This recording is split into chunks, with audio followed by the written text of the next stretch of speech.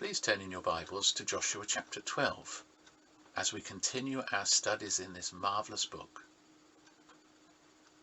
Most of us don't like reading lists, so this chapter is a bit of a turn-off, and just wait for the following chapters. However, like it or not, this is the climax of the first half of the book. Lovingly, dwelling on each little detail, it provides a song of praise to the Lord's honour for all the mercies of the conquest. First then, the victories won by Moses and the Israelites in Transjordan are recounted in verses 1 to 6, with the inevitable reminder that Moses was the servant of the Lord.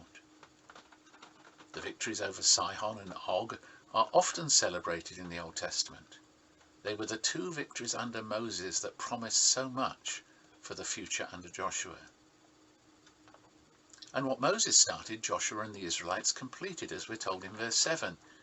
It was one work, albeit performed through two very different people.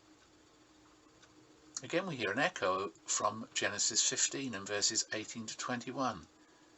Everything God had promised Abraham so many centuries earlier was fulfilled as Hittites, Amorites, Canaanites, Perizzites, Hivites and Jebusites were conquered. And what victories they were! One by one the kings who were overthrown are listed, from great Jericho in verse 9 to little Tirzah, 31 kings in all in verse 24. The writer wants to dwell on every single success, every little or big token of the Lord's faithful mercies to his faithful children. Alleluia. Of course, this is not simply a history lesson, any more than any part of Joshua is simply that. It's a challenge to all its subsequent readers.